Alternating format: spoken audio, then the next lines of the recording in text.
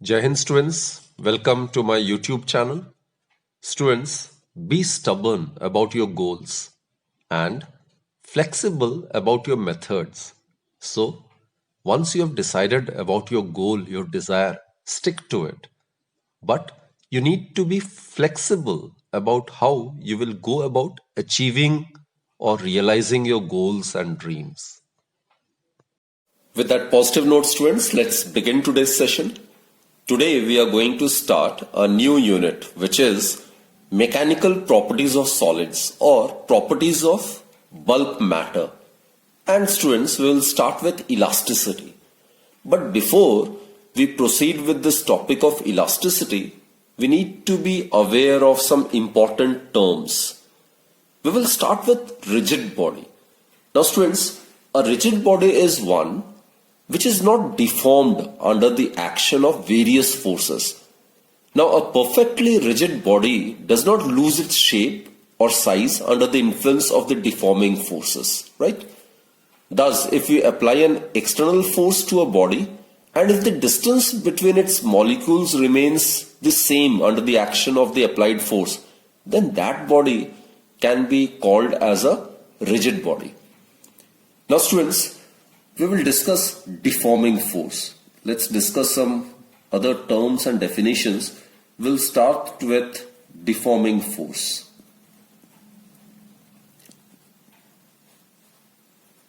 Now, as the term suggests, this is a force which results into the deforming of a body, right? So basically, students, we are aware when an external force F of sufficient magnitude is applied on a body, say of mass small m, which is free to move, then the body definitely will acquire an acceleration A, such that A is given by F by m. It is as per Newton's second law, F is equal to ma, so A would be given by F by m. Now students, imagine that the external force is applied on a body which is not free to move. So in that case, the molecules of the body will be compelled to change their relative positions, and due to this change the body may suffer a change either in its length or volume or shape. Such a body is said to be deformed, and the applied force in that scenario is known as a deforming force, right? Students, in order to select suitable materials for specific requirements, it is absolutely necessary to study the mechanical, thermal, electrical and magnetic properties of materials. And students, elasticity is another very important property, right? So now let's discuss about elasticity.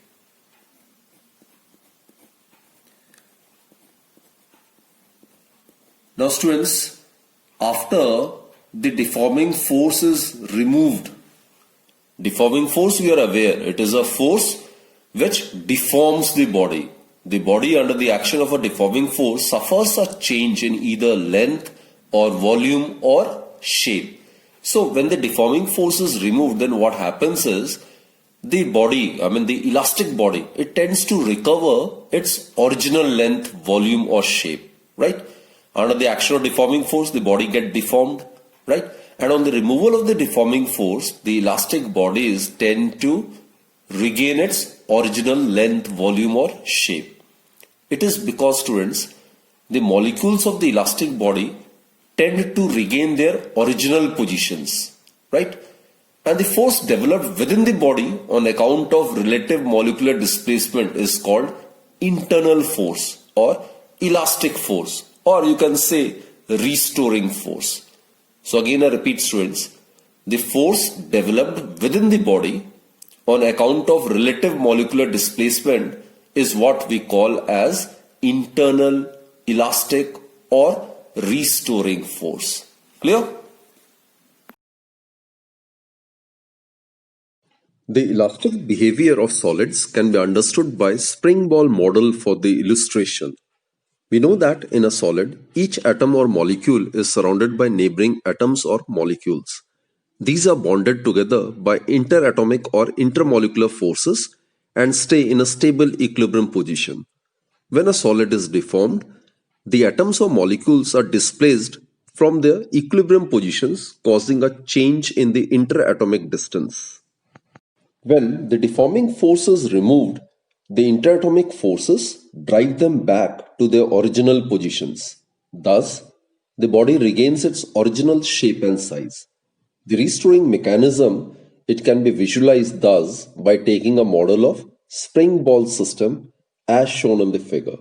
Here the balls represent atoms and springs represent interatomic forces. In the model of spring ball system, if you try to displace any ball from its equilibrium position, the spring system tries to restore the ball back to its So the original property position. of material of a body by virtue of which the body regains its original length, volume and shape after the removal of the deforming force is known as elasticity. Clear? And what are elastic bodies then? Elastic bodies must be those bodies which possess the property of elasticity, right? And obviously elastic bodies will be able to recover their original form immediately and completely. They are known as perfectly elastic bodies, right? So elastic bodies are those bodies which are able to regain their original shape and dimensions after the removal of deforming force. And the property of the material of the body by virtue of which a body is able to regain its original length, volume and shape is known as elasticity. Now let us refer to the term plasticity. Now plasticity is the antonym of elasticity. Just now we have discussed about elastic bodies. So plastic bodies are the bodies which behave in an opposite manner as that of the elastic bodies, right? So those bodies which do not show any tendency to recover their original form after the deforming forces are removed, they are known as plastic bodies. Now students, in actual practice, even the most plastic body recovers from very small deformations. So there is no body which is perfectly plastic. Putty and kneaded floor are familiar examples of plastic bodies. Actually, in practice, there are no body which is perfectly elastic, neither perfectly plastic. Clear? And plasticity, students, it will be the property of the remaining deformed even after the removal of deforming forces. So students, plasticity is the property of material of a body by virtue of which the body remains deformed even after the removal of the deforming forces. Right? Now, the next very important term is elastic limit.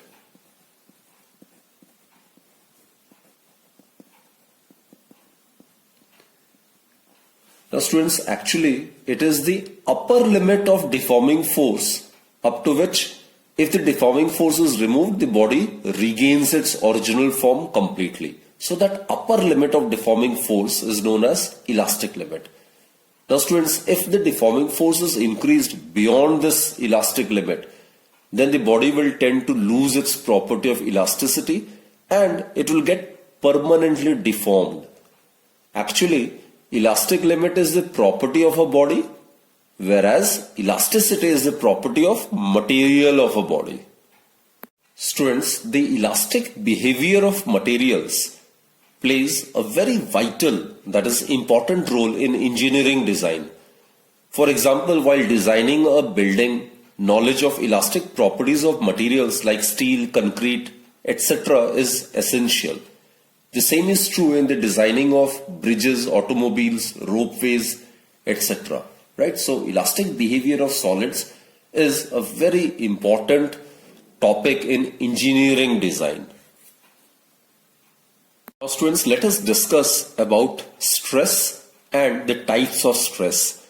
And before we start this topic, let us watch this very interesting animation. Here we have a solid metal bar that is loaded by two equal but opposite forces. We refer to this as uniaxial loading because all of the applied loads are acting along the same axis. The two forces are pulling the bar, causing it to stretch. Internal forces will definitely develop within the bar to resist these applied forces. We can expose these internal forces by making an imaginary cut through the bar. Now, let us choose to remove the right side of the bar, but we could have removed the left side instead.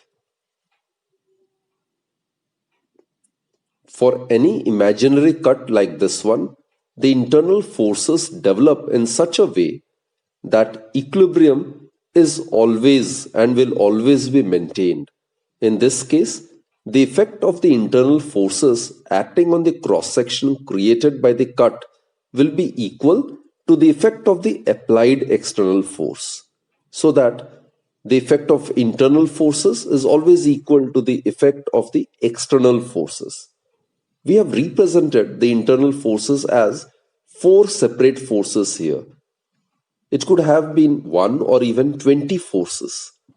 In reality, the internal forces are distributed over the entire surface of the cross section. For this reason, it doesn't make much sense to talk about specific internal forces.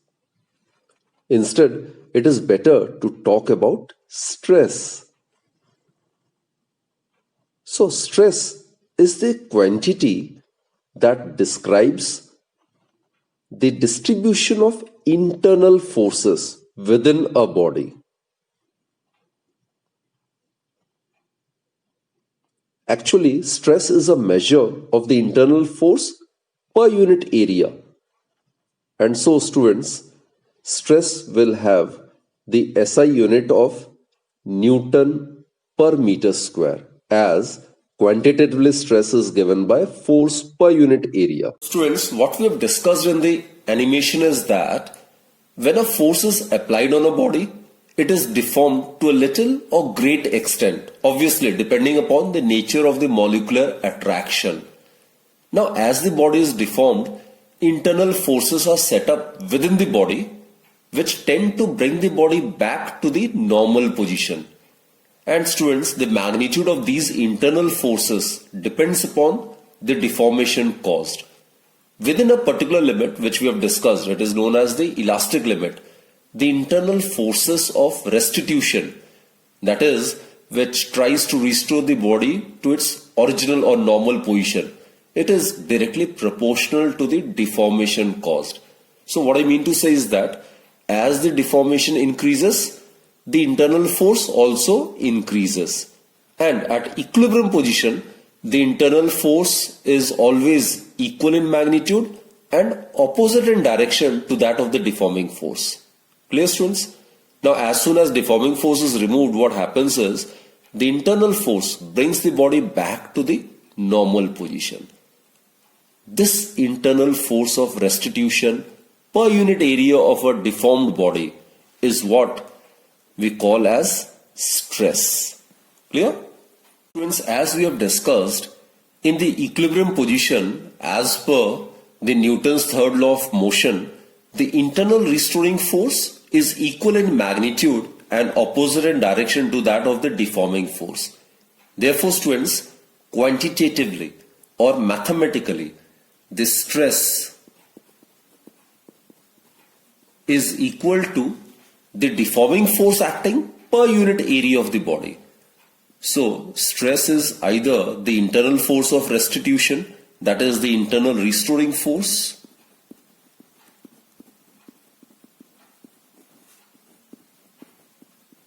which in the equilibrium position is equal to the deforming force.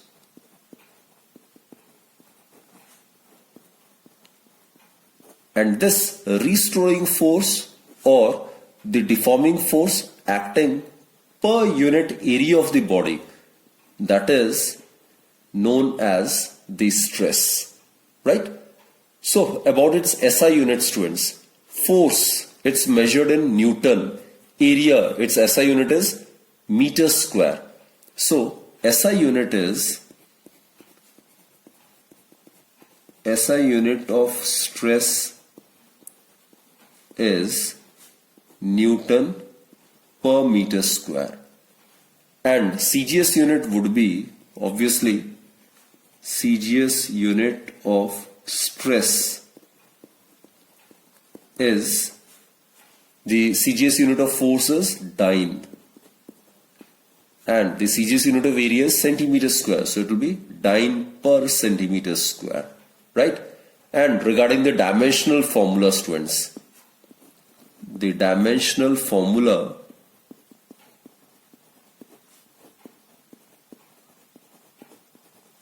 is ml minus 1 T minus 2. Newton is kg meter per second square, right?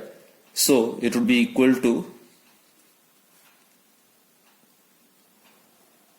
ml minus 1 T minus 2. There are three types of stress. One is the normal stress. The second one is the tangential or shearing stress. And the third one is the hydrostatic, or it is also known as hydraulic stress. So these are the three types of stress which we will be discussing. Now students, normal stress. Normal means perpendicular. So if the deforming force acts normally over an area of a body, then the internal force of restitution, or at equilibrium I have stated the internal force of restitution or the restoring force is equal to the deforming force. So in that case, when the deforming force or the restoring force acts per unit area, then the stress under consideration is known as the normal stress. Clear?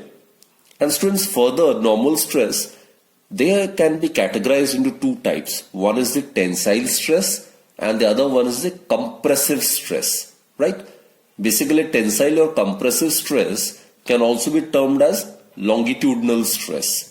In both the cases, there is a change in the length of the cylinder or the length of the body under consideration, which is in the form of a rod, cylindrical rod, right? Now students, let us discuss the types of normal stress. As I've stated, there are two types of normal stress. One is the tensile stress and the other one is the compressive stress. Now students, let us consider a body to be fixed to a rigid support at one end. This is the rigid support, suppose. Right? Now let a force F be applied normally in the outward direction at the free end. This is the free end. So the force is applied normally. Normally means at a right angle. This is the applied force, isn't it? And let del L be the increase in the length of the body. Suppose under the influence of this deforming force, the length of the body increases by del L. Suppose L be the original length. Let small l be the original length. And this to be the increase in the length. It is del L. Right? Now this del L is the increase in the length of the body in the direction of the force. And students, the restoring force F is developed within the body and it is shown by dotted lines. This is the restoring force. And as I've stated, as per Newton's third law, these two forces, this is the restoring force and this is the deforming force, these two forces are equal in magnitude and oppositely directed. And at equilibrium, this force or this force acting per unit area is known as the normal stress, isn't it? So students, tensile stress is the restoring force developed per unit cross-section area of a body when the length of the body increases in the direction of the deforming force. So in this case, it is the case of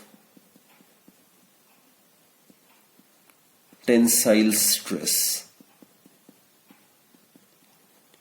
So it will be equal to the deforming force or the restoring force developed per unit area. Suppose this is area A, right? When the length of the body increases in the direction of the deforming force. Clear, students? Now, if we consider this body to be fixed at one end as was considered in the previous case, and this is suppose the free end, and we have considered the length, original length, to be L. Now students, what to do is, in this case, let a force F be applied such that the length decreases in the direction of the applied force. Like this is the deforming force and it is applied perpendicular to the area. This is the force. So the body will get compressed. Suppose it get compressed by an amount represented by del L. Right? So due to the action of this deforming force, a restoring force F, which I will show by this dotted line, will be developed within the body. And as I stated earlier also, as per Newton's third law, this restoring force developed at equilibrium should be exactly equal to this deforming force. And this restoring force per unit area is called the compressive stress. Area is suppose A, and this deforming force is acting normally to this area. So compressive stress is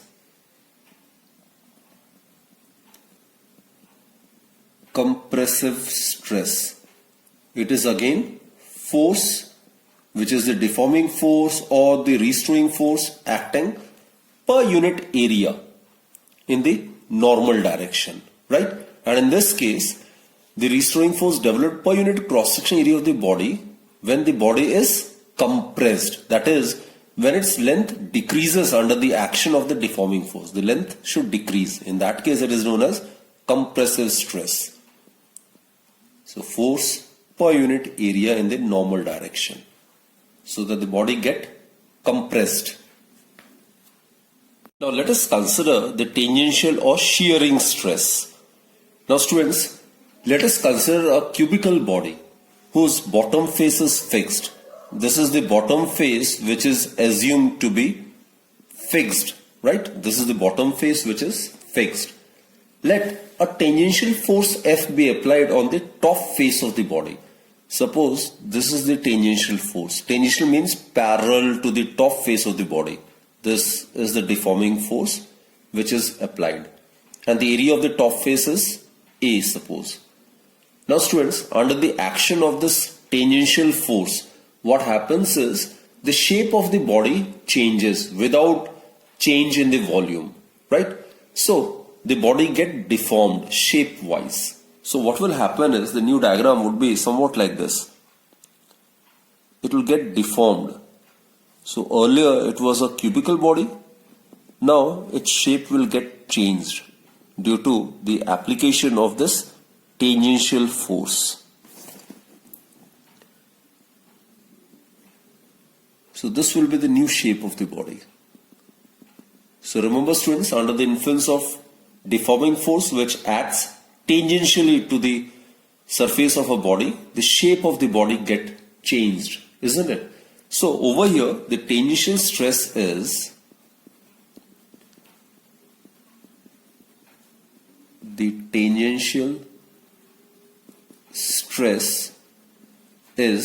the deforming force acting tangentially, that is parallel to the surface, per unit area of the surface under consideration. So this is how we define the tangential or the shearing stress. Now the third one is, students, hydrostatic or hydraulic stress. Now students, the internal restoring force per unit area developed in a body when the body is compressed uniformly from all the sides, that is known as hydrostatic stress or hydraulic stress. Suppose students, we consider a solid sphere and it is placed in a fluid under very high pressure. Then students, the fluid applies a force in the perpendicular direction. This is the force in the perpendicular direction, right? At each point on the surface, this force is acting at each point on the surface in the perpendicular direction. And obviously the body is compressed uniformly from all the sides. Suppose the original volume is V and the volume get decreased by an amount, say del V. Right? Del V is the decrease in the volume. So the body is said to be under hydraulic compression. This leads to decrease in its volume without any change of the geometrical shape. The shape will remain spherical, but there will be change in its volume. The internal restoring force acting per unit area developed in the body is equal to the hydraulic pressure. So hydraulic pressure or hydrostatic stress, again, it would be given by the restoring force developed per unit area. So in this case, this hydrostatic stress, it is also known as hydraulic pressure. Now let us discuss about strain and the types of strain. Now students, consider a force applied on a body such that it brings about a relative displacement of the particles of the body. Such a force, we are aware, it is known as a deforming force, and it results into a change in the length of the body, or a change in the volume of the body, or a change in the shape of the body. The body is then said to be strained, and the strain produced in a body is measured as the ratio of the change in the configuration to the original configuration of the body, right? So basically, strain is quantitatively, or the strain produced in a body is measured as the ratio of change in the configuration of the body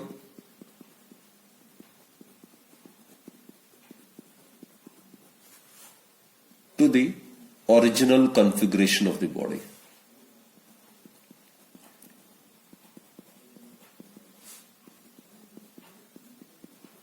So in case the body under the influence of a deforming force undergoes a change in the length, then the strain in that case would be defined as the change in the length divided by original length. In case the body under the influence of a deforming force undergoes a change in its volume, then the strain would be change in the volume of the body divided by its original volume. And students, strain is the ratio of two like quantities, two similar quantities, and therefore it is a pure number. That is, it has neither units nor dimensions. So being the ratio of two similar physical quantities, strain has neither units nor dimensions.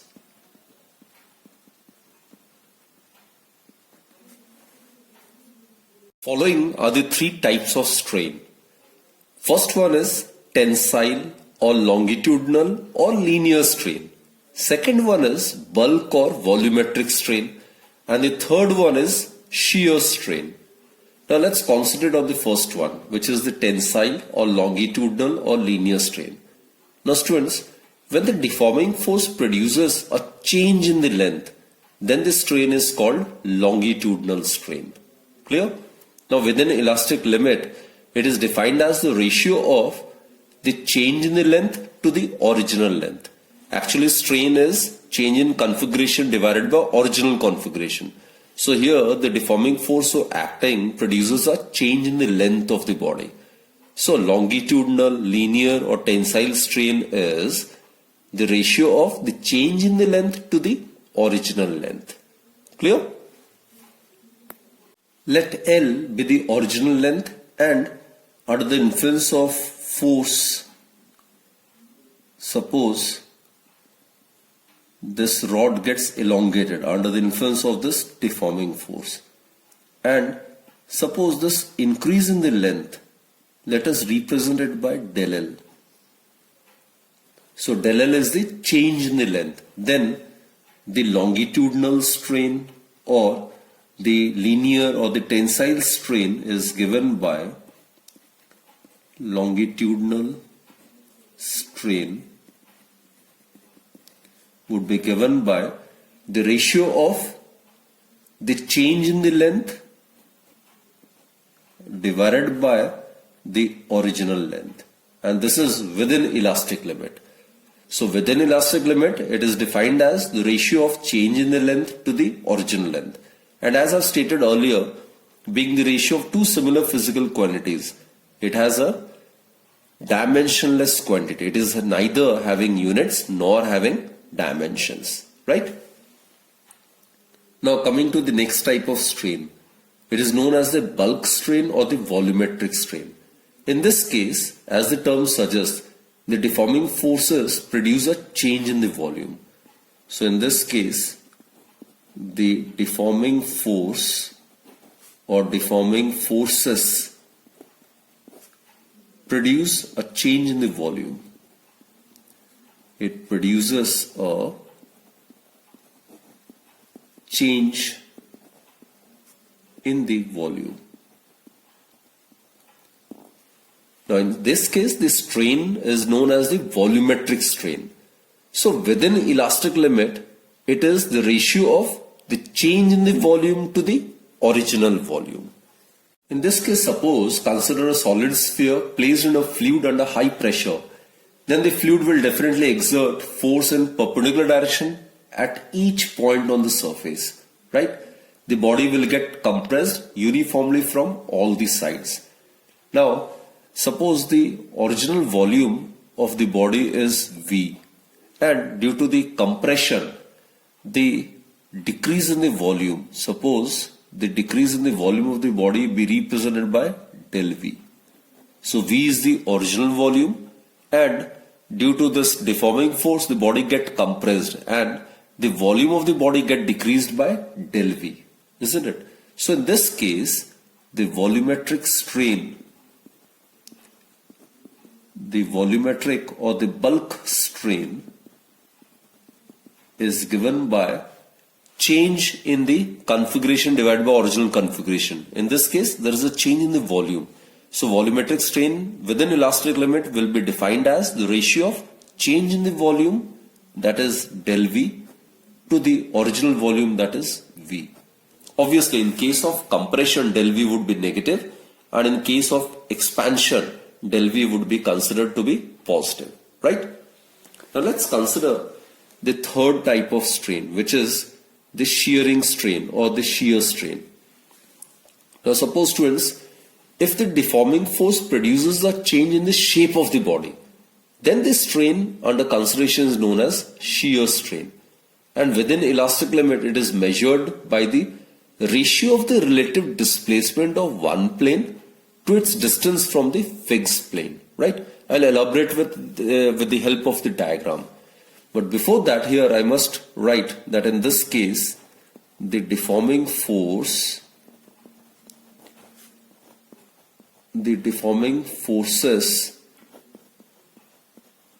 produce a change in the shape of the body.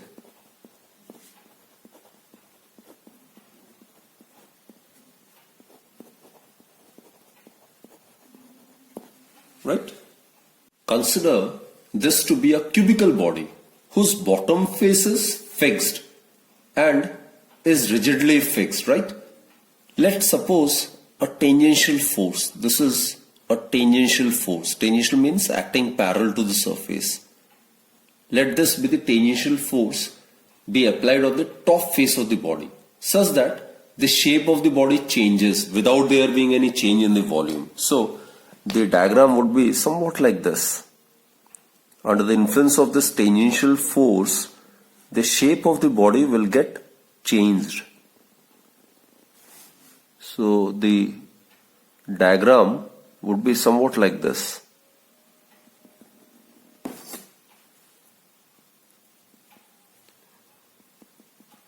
So as you can notice, under the influence of this force acting parallel to this top face, the shape of the body is getting changed, right?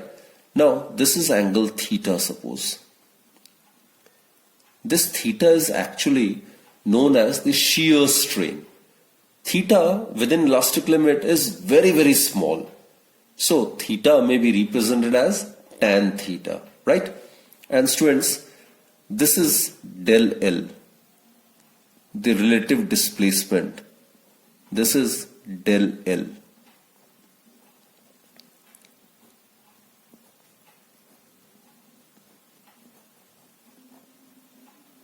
So basically, it is the relative displacement. Del L is the relative displacement of one plane with respect to the other, right? And let us consider the distance between these two parallel planes is L. So in this case, as I've stated, the shear strain, it is actually this theta, and within elastic limit this theta is very small, so it can be approximately written as tan theta, which in turn would give us perpendicular by base, that is del L divided by L, right? So obviously shearing strain or shear strain within elastic limit, it is measured by the ratio of the relative displacement of one plane. It is the relative displacement of one plane with respect to its distance from the fixed plane. This is the fixed plane and this is the plane which is getting displaced, the top face, isn't it? So within elastic limit, shear strain is defined as the ratio of the relative displacement of one plane to its distance from the fixed plane. So this is how the shear strain is defined. Obviously students, if L is 1, then shear strain would be equal to del L. So shear strain is the relative displacement between the two parallel planes a unit distance apart, right? So students, I hope you have understood the concepts of elasticity, plasticity, elastic bodies, plastic bodies. Then we have considered the topic of stress, different types of stress, and then eventually we have discussed the topic of strain and then the types of strain. So students, this is just the introductory part of the chapter elasticity. These were some very, very important terms and definitions which we have discussed. So students, let's conclude this session and do join me in my next lecture, right? Till then, do take very good care of yourself and wish you all a very, very happy and blessed day. Thank you.